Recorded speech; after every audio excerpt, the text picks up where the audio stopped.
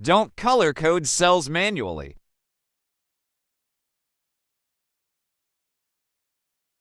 Instead, do this.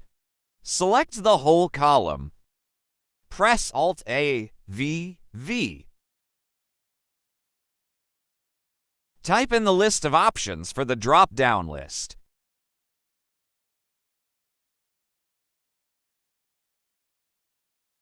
Use the drop-downs to fill in the data.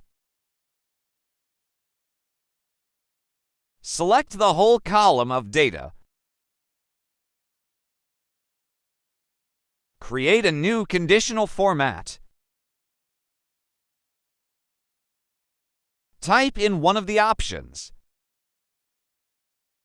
Change to custom format and pick any fill color.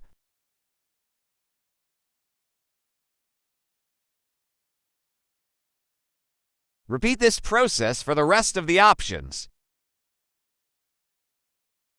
Test out the color-coded drop-down lists.